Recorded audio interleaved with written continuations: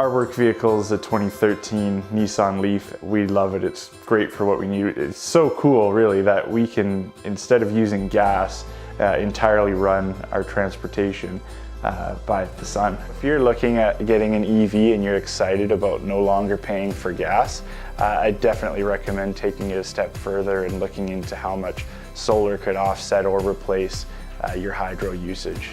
In the last 5 years, efficiency of panels has increased quite a bit and the price has decreased dramatically. While even just a couple years ago we saw payback periods of usually a minimum 20 years, we're anywhere between 12 to 15 years now.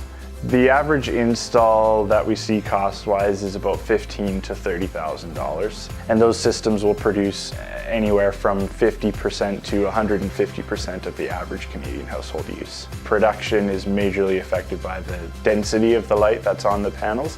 In a month like June, for example, where we see the most number of daylight hours, we would see about 10 times as much power produced than we would in December. So the difference between the high season and the low season for solar is significant. Net metering is mandated by the federal government, whereby the utility company has to buy back excess power that a property produces. For solar, excess power is typically produced in the spring and summer months when it's sunniest and we have the most daylight hours.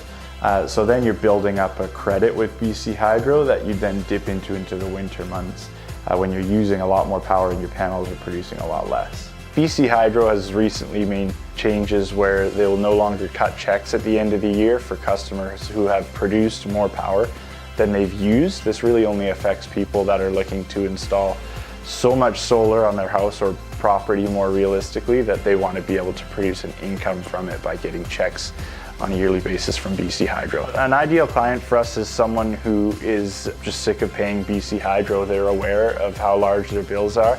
They're aware of how quickly BC Hydro is increasing the rates. They're environmentally conscious. They're willing to, make an investment into their home and future finances and the environment.